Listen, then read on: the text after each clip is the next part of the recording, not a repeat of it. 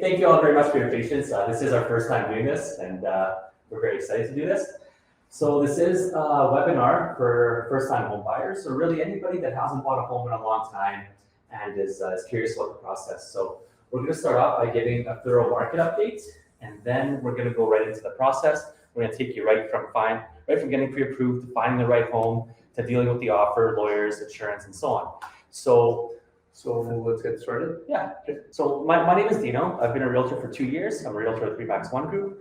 I chose RE/MAX One Group because it's the newest RE/MAX brokerage in town, and I wanted to be surrounded by like-minded individuals and just positivity, energy, and good ideas. So my favorite part about working with buyers, especially first-time buyers, is just kind of taking a lot of the fear and uncertainty out of the process. I like my buyers to be informed. I like them to know what's happening next. And I like them to know that they're making the right decision. So that's why I like working with buyers. I really get a lot out of it, and I enjoy it a lot. Hi guys, my name is Jashanjot Singh. I go by Jazz just because it's easier to pronounce. I've been in Canada since 2017, and I just got really exciting news a couple of days ago. I got my PR card on Monday. It was really exciting for me. And okay, so a little bit about myself. I've been a realtor since last year. I started in May 2022. And I met my good friend Dino in March 2023 through another brokerage that we were working at. I switched over to RE/MAX in August last year as well, for most of the same reasons. And then second most important reason for me was that he was here as well, and he was kind of a mentor to me as well. So that was one of my reasons.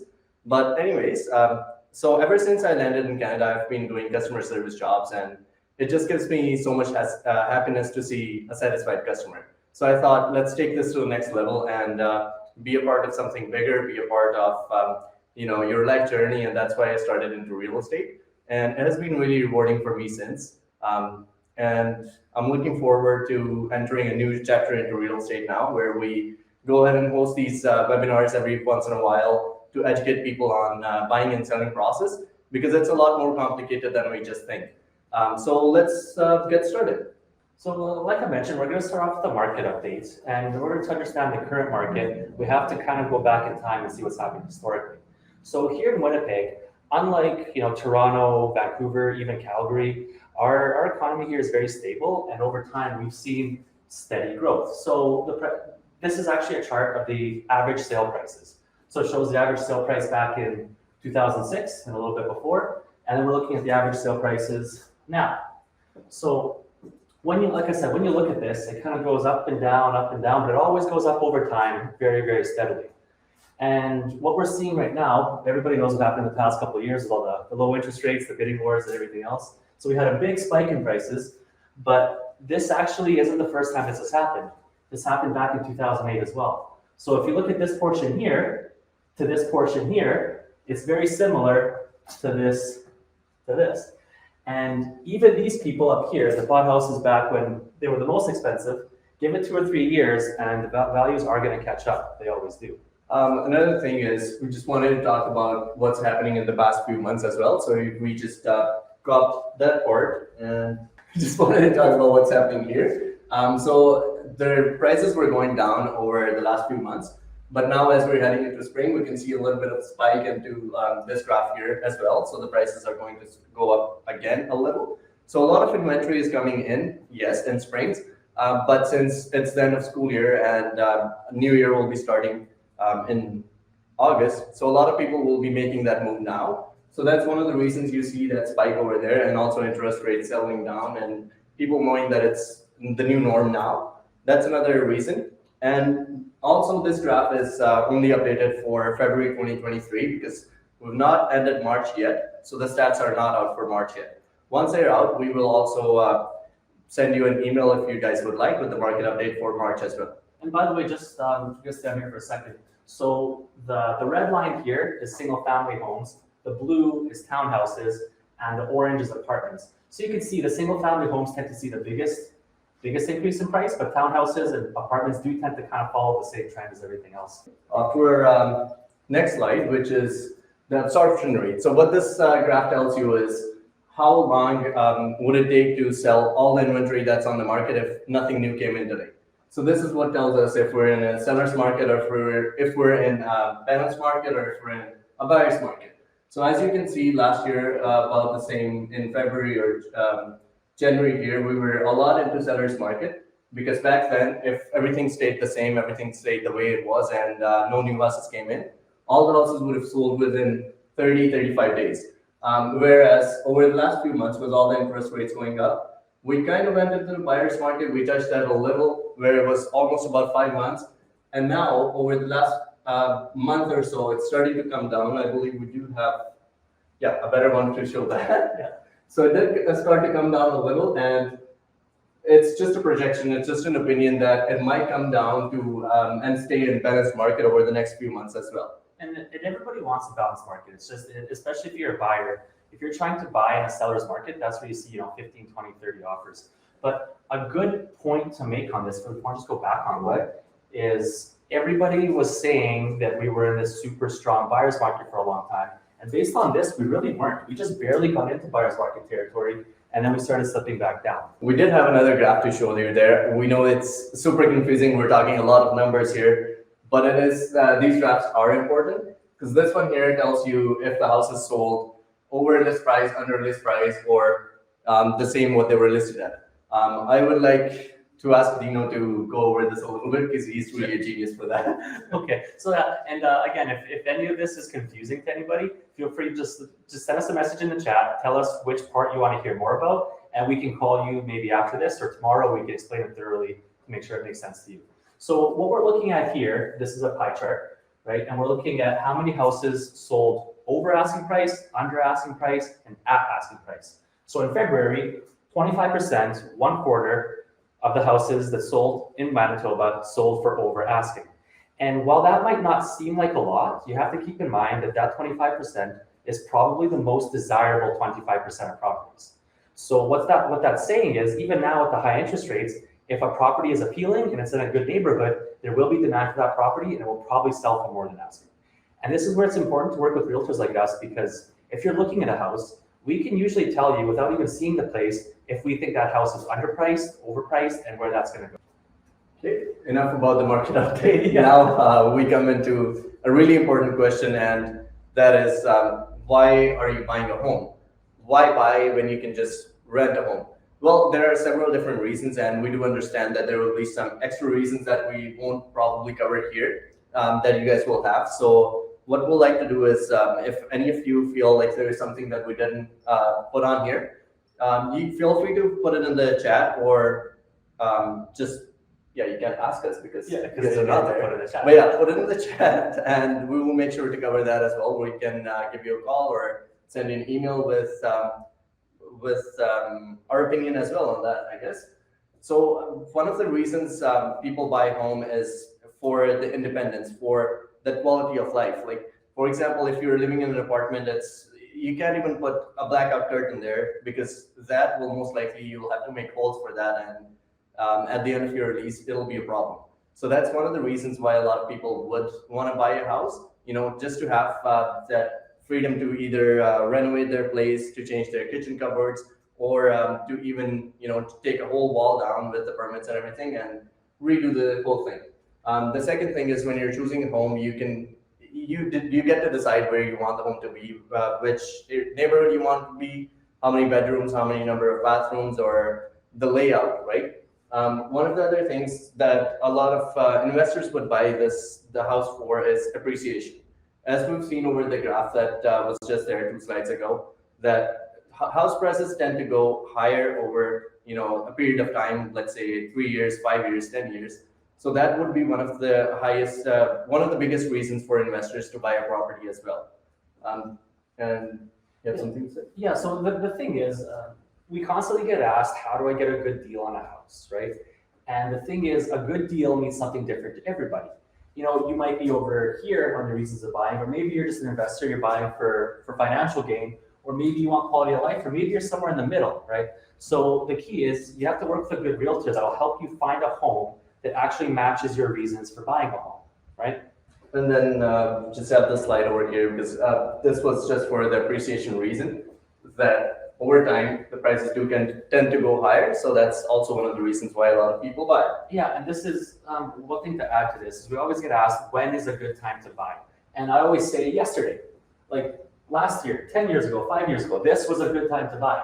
The second best time is probably right now. The third best time to buy is sometime in the future when things are more expensive. But at the end of the day, I always tell people, buy something when you're ready to buy. You know, trying to time the market, trying to like, when people bought at the very peak over here, they didn't know they were at the peak because we're always a month behind on the data. We don't know what's going to happen or what's happened until the month is completely passed.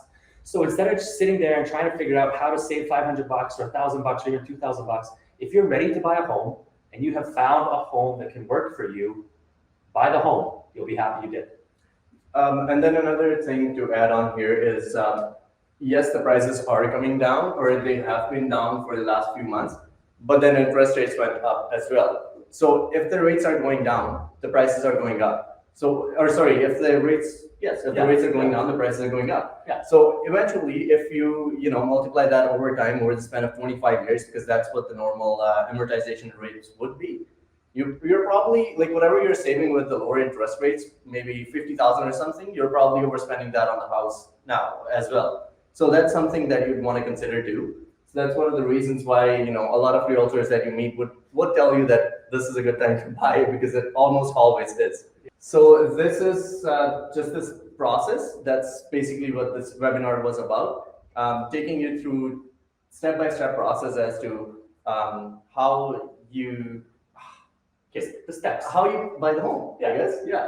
So the first step would be choosing a realtor, meeting a professional who has some expertise in his area and who will get you the right answers. Because a lot of time we get asked so many questions about so many different things, including who to go for house insurance, who should I go for mortgage, what the interest rates are, or just basic things, how much this is going to cost if I want to redo the whole flooring. A lot of times we would give you a basic answer, like with a range or a figure or something. But even though we don't have all the right answers for every single thing, because we don't have expertise in that area, we will most likely be we will most likely know somebody who has those answers, because we do have a network of people that we work with, right? And then once you've chosen a realtor, once you know that this is somebody you click with and you feel like can get you the right deal, then you move on to the second step. Right, so once you found somebody to work with, the next thing you want to do is you want to get pre-approved. And this almost should be at we had to put it like this to like go in order, but step one should be a mortgage professional and also a realtor. If you're talking to a mortgage professional, you should be talking to a realtor. If you're talking to a realtor, you should be talking to a mortgage professional, because they're the ones that are going to tell you if you can even qualify for a mortgage, if you can even buy a house. Because the last thing you want to do is you want to go looking at all these houses, you find one you love, and you find out that you can't buy it. So what you want to do is you want to talk to a mortgage professional. We have a great one in the chat. Her name's Shaq. We'll make sure you all get her contact information so you can ask her any questions you want about mortgages. But yeah, because if you're not pre-approved for a mortgage, it's kind of like going to the mall and not knowing how much money you have. Would you go trying on a bunch of stuff knowing you might not even be able to buy it? Probably not. Or maybe you would. I don't know. Maybe that's a bad example. But anyway, so the next step is you want to find the right home. So what that means is, like we discussed earlier, that what are your reasons to buy? So that will also shape into this. So if you're buying just to sell, a right home would be something that's a burn down, or something that you need to change everything from start to finish. Or if you're somebody that's looking to move into a bigger house in like 3 or 4 years, your specifications might be different for somebody who's buying their second or third house as their primary residence, and they've been living in a home for like 20 years. So that is where we come in as well, because we'll ask you a bunch of questions. Of course, when we start, sometimes it's like, okay, I want a 3-bedroom house with 2 bathrooms in this neighborhood.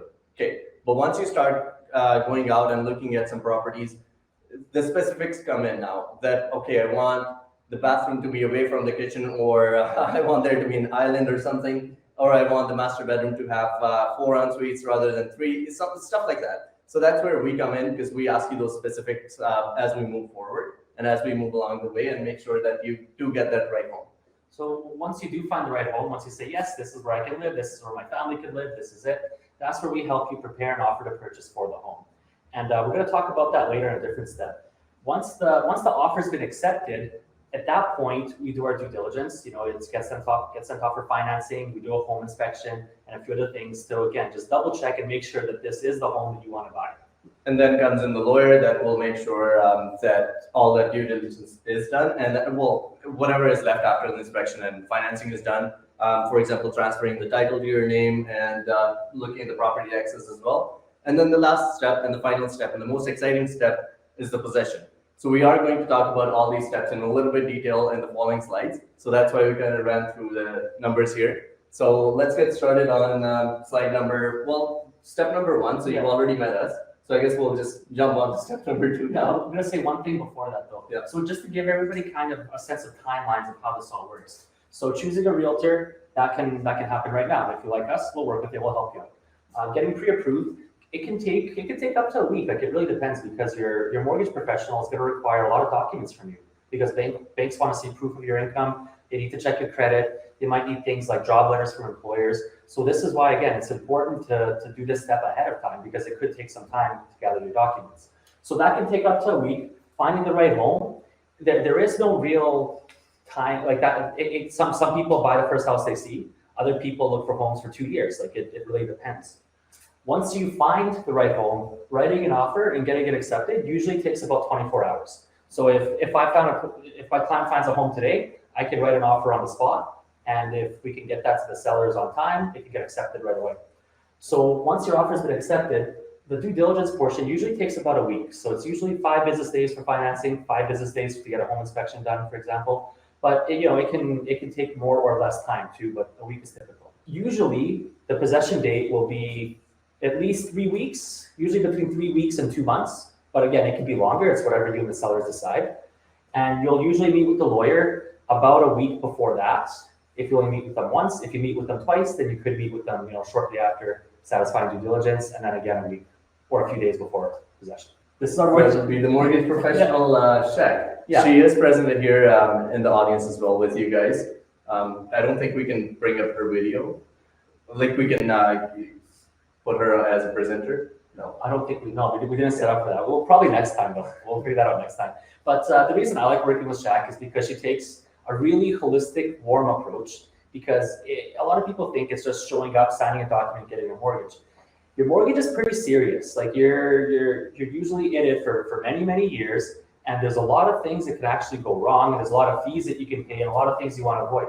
Not to make it sound like a bad thing, it's not. But you want to be working with somebody like Shaq, because Shaq will actually take the time to understand your situation, your motivations, and your plan to make sure that you get the right mortgage for you.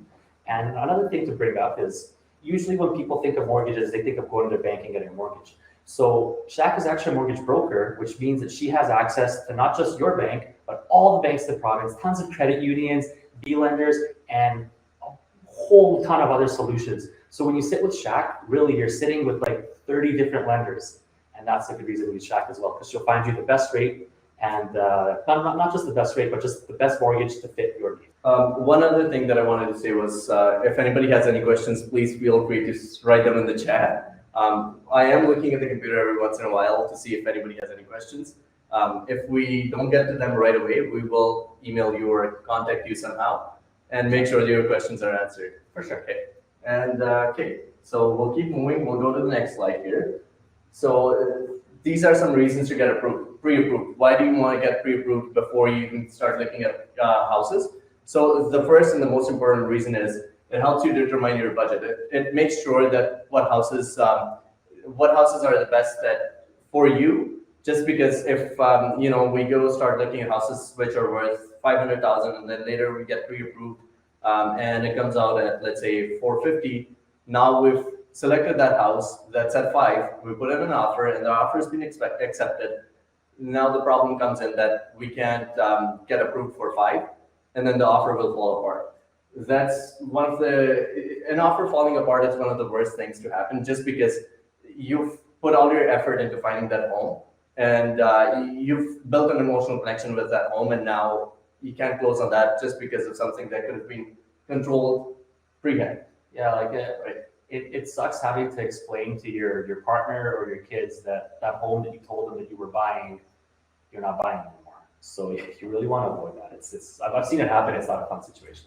And then second reason is, like it says here, stand out in a competitive market. So what happens is a lot of times when we are in a balance or a seller's market, or if there are multiple offers on the property, if your offer does have a pre-approval letter on there, it just lets the seller know that most likely the chances are that the deal won't fall apart because of financing on there. Okay, that's one of the other reasons. And then, of course, when you do get pre-approved, it's locked in for 120 days.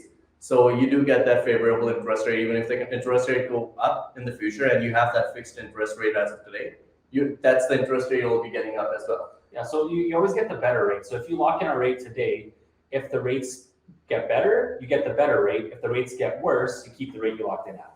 And then the next one would be speed up the closing process. So if you are not pre-approved, then you go to the mortgage broker after the offer has been accepted.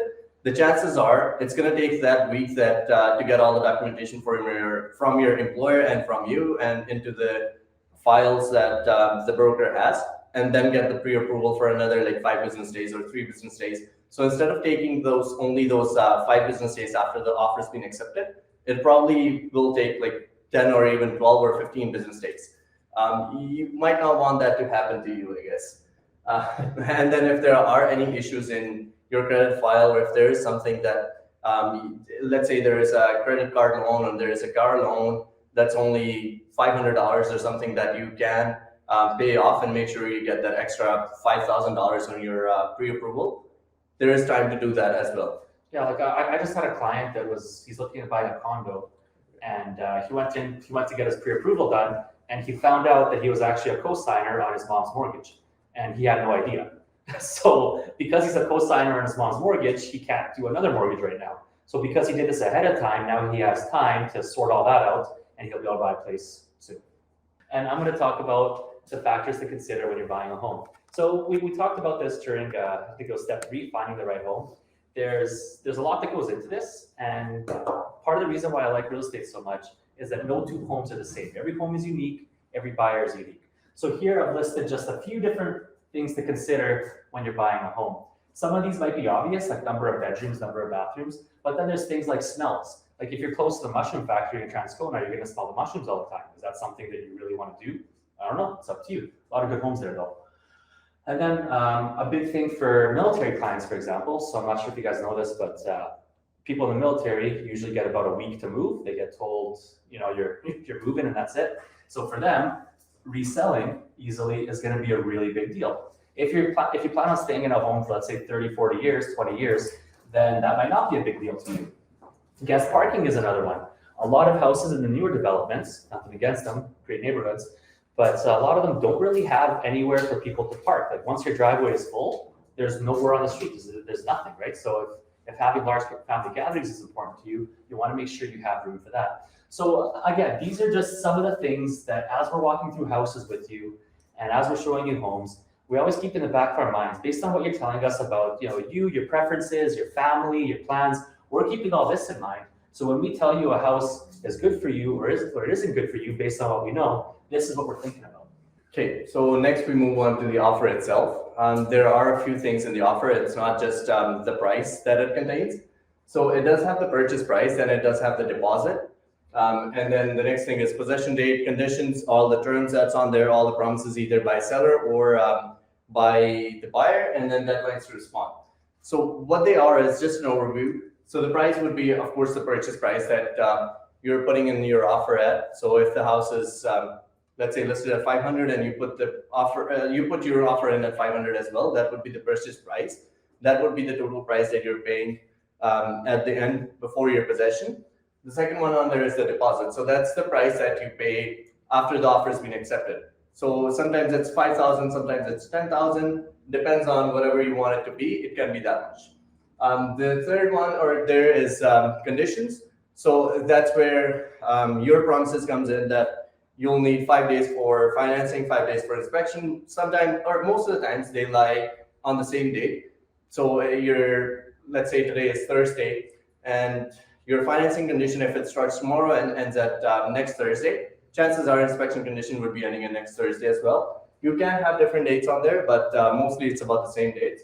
And then Dino will talk about terms and possession date. Yeah, so of course there always has to be a set day and a set time where you take possession, and that is the minute that the home is no longer theirs and now it's yours. Often people say, "Oh, May" or "Oh, August." No, it needs to be a day and a time because lawyers need to know exactly who owns the home. The bank needs to know who owns the home. The insurance company needs to know who owns the home because if it burns down, they need to know who they're paying, right? So, and then of course there's terms. So a term could be something like, let's say my clients just bought a house. The house has a pool. Okay, they have never owned a pool before.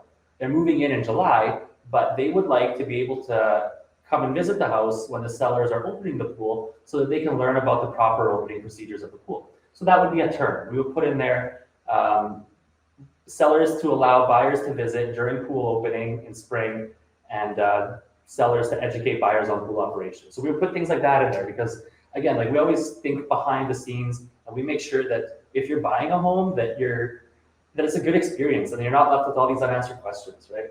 So another thing that has to be on an offer is a deadline to respond.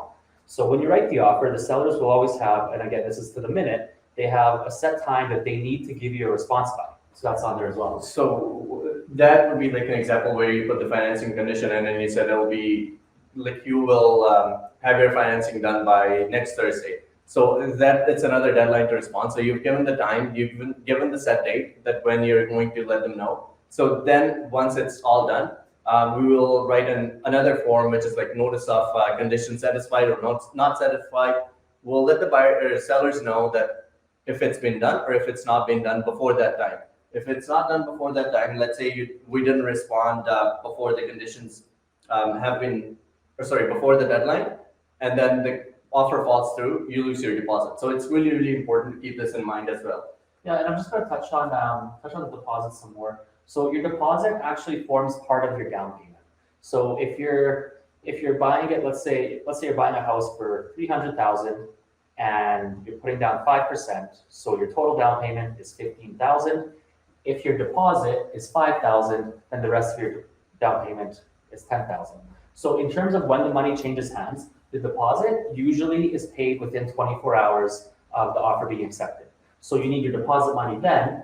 The rest of the money, the rest of your down payment money, you need a few days or a few weeks before possession because that's what you actually bring to the lawyer. So you pay some money right away and then you pay the rest later on. And then the next one on there would be writing a strong offer. How to stand out in a competitive market. What are the things you can do? The first thing that we have on there is writing a letter because we talked about it and he really, really likes that idea. I like writing letters. Letters are good. So I'll let you start with that. Yeah. So here's the thing, right? Like, let's pretend you're a seller, and I do this with my buyers all the time. You have to put yourself in the seller's shoes. The seller has, let's say, 3 offers, and they're all very similar. The price is similar, terms are similar, timelines, everything's good, whatever. But then one of those offers has a letter attached to it. And in this letter, this family is telling them how much they love their house, how they appreciate how they've taken such good care of it, how they've got 2 kids just like they do, and how they could see their family growing up here, and how they're going to take care of the house, maintain the character, and just love it, So if you were the seller, and again, you have 3 offers, they're all the same, but one of them has this awesome letter, you're going to take these guys. You're going to take their offer every time. So I actually had a situation once where it was a buyer of mine, and she went to buy a house. There was only one other offer, okay? But I later found out that the other offer was actually almost $20,000 more. But my client wrote a nice letter, and in there we talked about how she was a single mom and she just wanted to be in a good area and raise her kids and all this stuff. And now this happened to be a situation where it was an estate sale, so the owner of the home actually died and his family was selling it, and they didn't really need the money. It was more important to them that the house actually went to a good, wholesome person. And I proved, or my client proved, that they were that person, and they got the house for, like I said, $20,000 less than the other offer. The second thing on there is being flexible with possession. A lot of people don't really pay enough attention to this one, but this actually has happened to me as well. Like, there is an example of this. So what happened was the seller was going to move into a newer house now. Like, they built their house outside of the city. They were moving into that house. It was, I believe, in October. And they wanted the possession to be on October 30th, I believe, or November 1st. And there were multiple offers on the property. So when the counter offer came back, he came back with a different possession date than what my buyers have had on there. So we talked about it. We asked them why it was important to them, and the seller said that if they have to do those extra 15 days, because we were asking for, I believe, October 14th or 15th. So if they had to do that extra 15 days, what they were going to do is basically they were going to move all their stuff into a storage and go either rent an Airbnb or a hotel room, or move into with some relatives for the next 2 weeks or so. But then if they can have that flexibility where they can stay, they can keep everything in the house that they already have, like that we're putting the offer for. It will be much better for them. It will save them that extra money as well, where they don't have to move their stuff into the storage.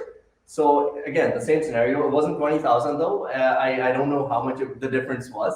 I never got to know that because they don't tell you always. Anyways, but I do know that it wasn't the best offer that they had. But still it got accepted just because we were flexible with the possession date, and it was something that was really important for the seller as well. So that's something like if you're not in an urgency of having the house on that particular day, you might want to be flexible with it and maybe push it over or under those extra 1 or 2 weeks. It might make all the difference in the world. The third one on there is offering a strong deposit. So with the deposit, the longer the time between the offer and possession, the more the deposit matters. So let's say, again, let's put yourself in the seller's shoes. Somebody just made you an offer and they're taking possession of your house in 4 months, okay? And they're giving you a deposit of $500. That's not good. That's not good because $500 isn't a lot of money, and a lot of things can happen in 4 months. And if they walk away from it, all you have is $500. Now let's go to the other extreme. Let's say a different buyer is giving you a deposit of $50,000. Well, then you probably feel pretty good because the chances of them walking away from $50,000 are not very high. Nobody's going to walk away from that. It's a lot of money. So typically in let's say the $200,000 to $400,000 range, you'll see deposits of $10,000 to $20,000. That's standard, maybe as low as $5,000 on the lower end. But again, if you're competing with other offers, the bigger your deposit can be, the more reassurance you're giving the sellers that A, you're serious, and B, that this will be a done deal. And then another thing on there is, which is pretty similar, is putting lots of money down. So let's say you do have that extra money. So now instead of putting the 20% down, if you do have that extra 20,000, 10,000, whatever the amount comes out to be, then you can put that 30% down instead. It's a good idea to do that, just because it tells the seller that you are serious, and that you, like, even with the financing, you won't really need that much financing, so it's easier for you to get the financing as well. Shorter condition timelines or no conditions, this one is really tricky, but the reason we had it there is because let's say you put mortgage condition and inspection condition on there. So either we or you talk to your mortgage professional or inspection person, and we ask them if they can get it done in 5 business days instead of 10, or 3 business days instead of 5.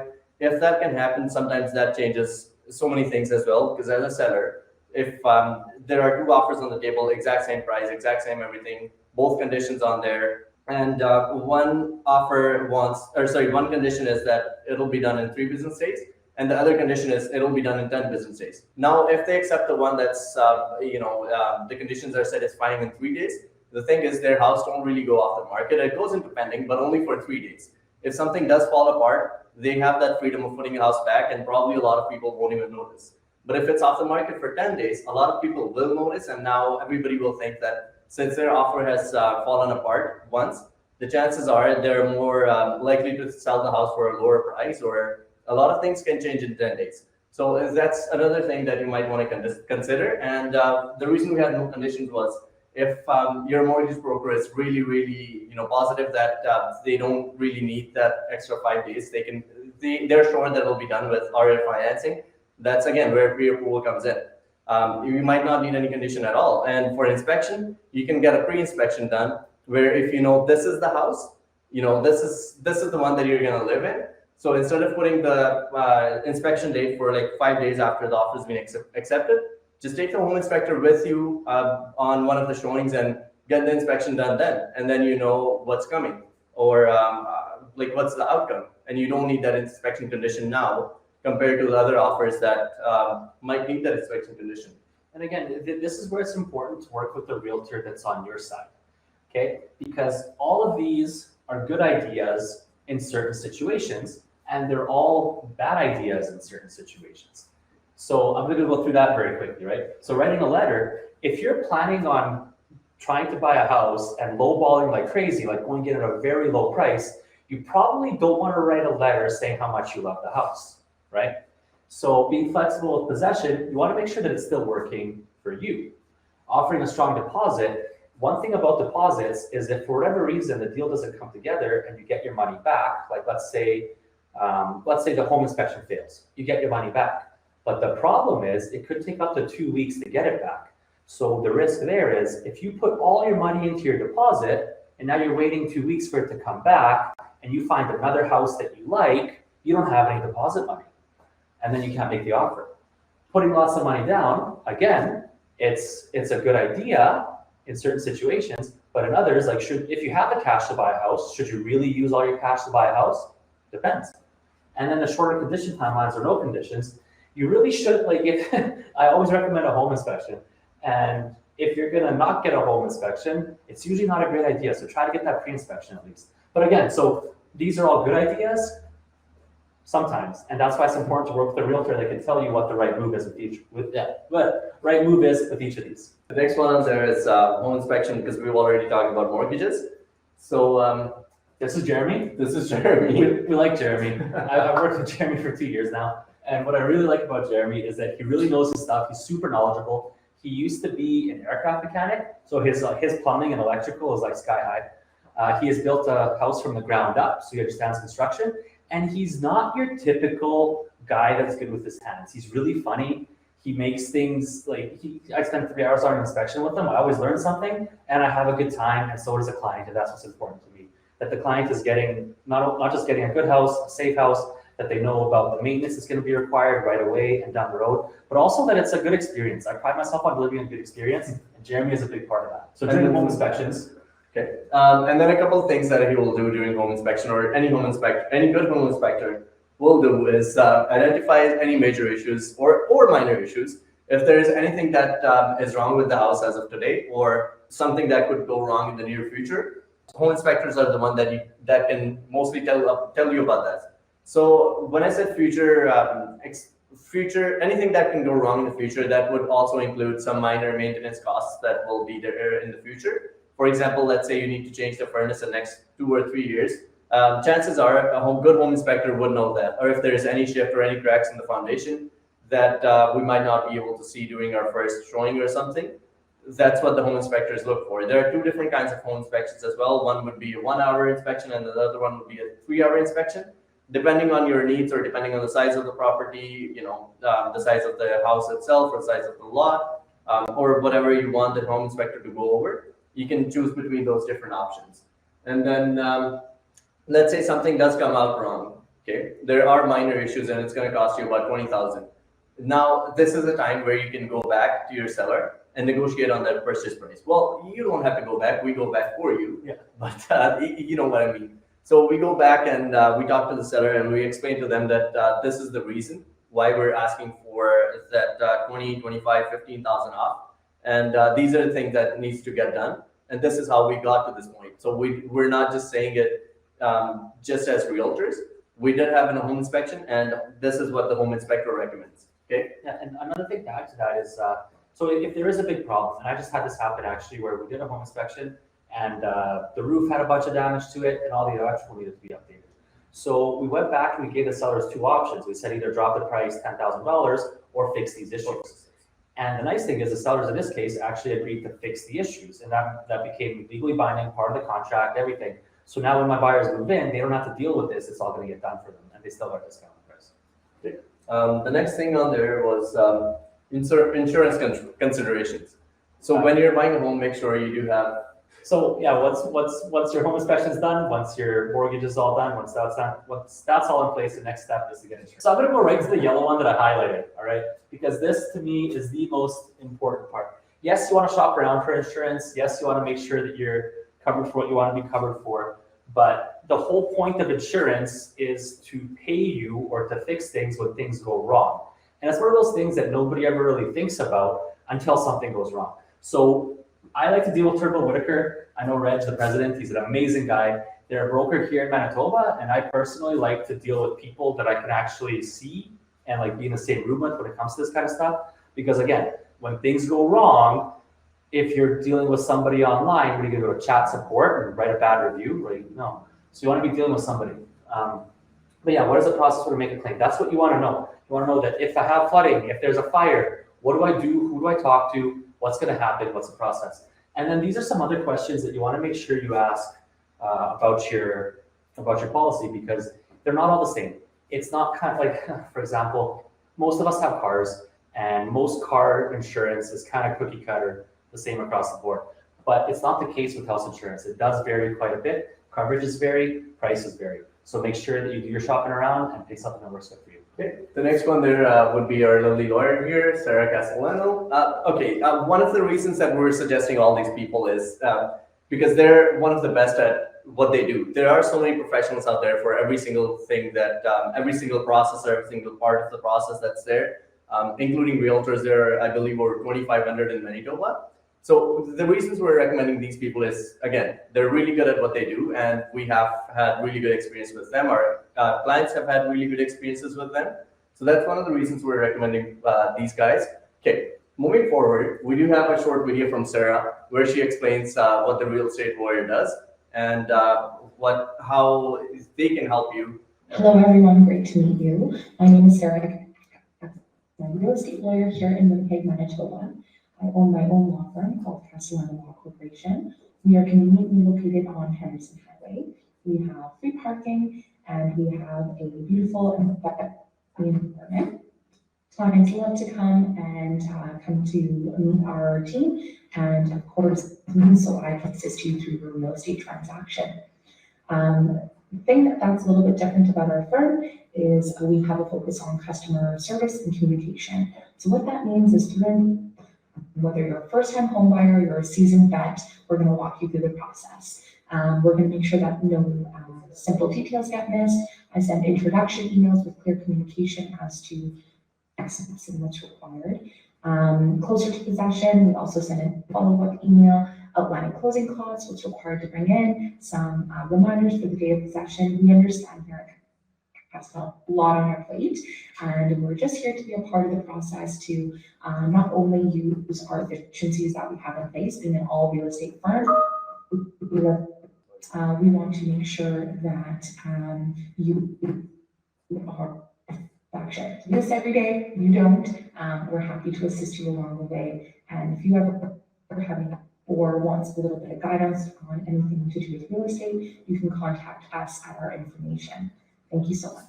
All right, anyway, Sarah's an absolute treat to deal with. If you're a lawyer, definitely call Sarah. Okay, so after you're done with the lawyers, after you've signed everything you need to sign, after everything's been explained to you, you get the keys. Once you get the keys, you still have to wait for possession day. You cannot go in the house until it's actually yours. Remember, we talked about how on the offer, there's a day and a time, and then it's yours. So what we do on possession day, and I always like to meet my clients there on possession day, so does Jess.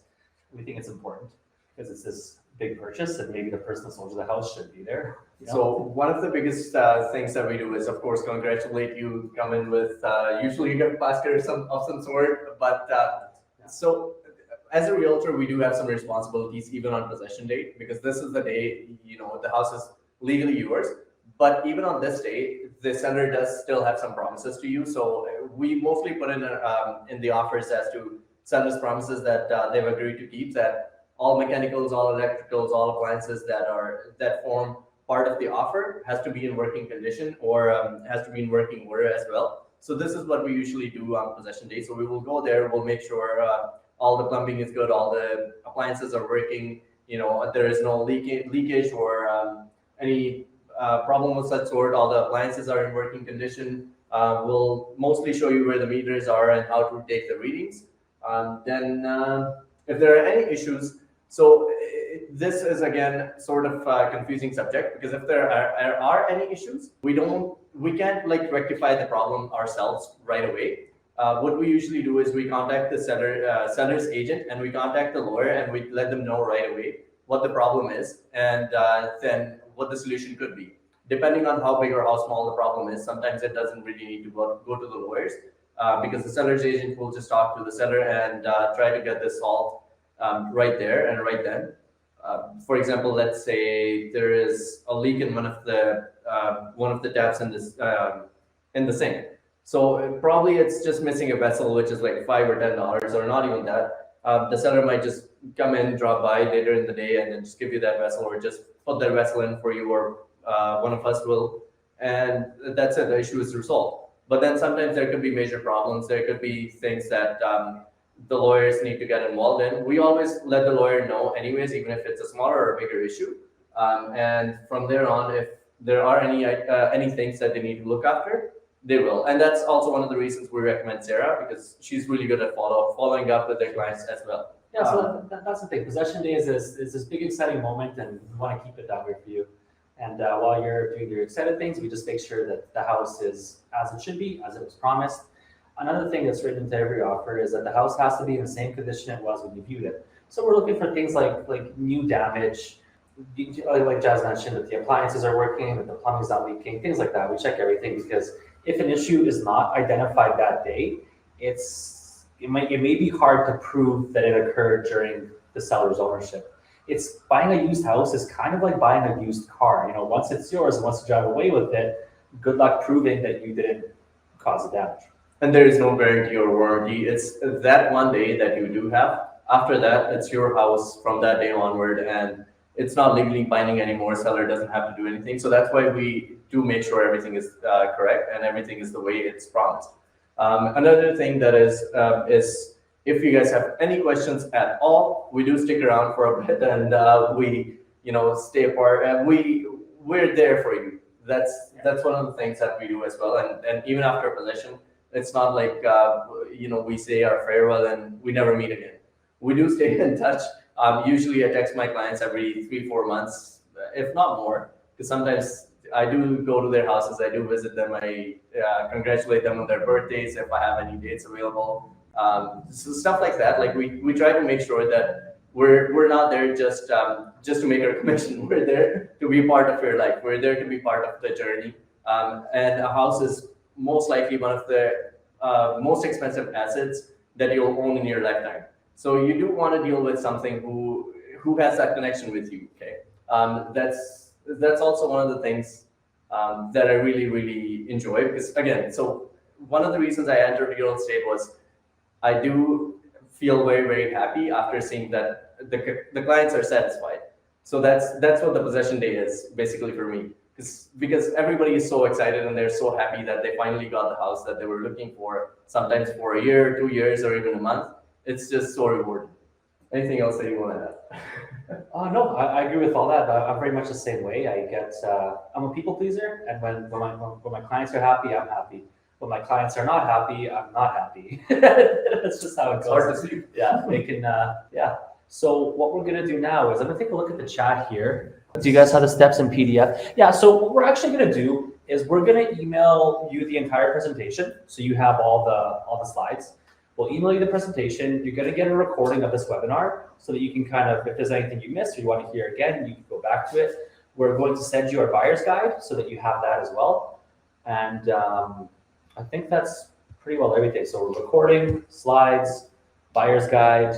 And then if anybody, if you are serious about buying, we'll put you in touch with Shaq. We'll get that going, get your pre-approval going. And of course, if there's any properties that you would like to see, you let us know. We can take you, of course. Regardless of who's listing the property, we can show you any property in Manitoba and help you buy it. And then any specific questions that are in the chat, we will make sure to get back to you as well.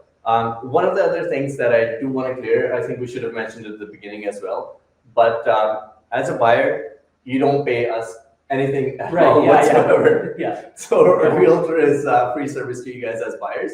So, I mean, the thing is, you can go look at realtor.ca and look at some properties over there, go see the open houses. but then there are so many steps involved, like we just showed you, that we will take care of. And if it's for free, like why not? Yeah, and a big thing that a lot of people think is like, okay, so you could just go on realtor.ca, find the realtor selling the house, and go to them.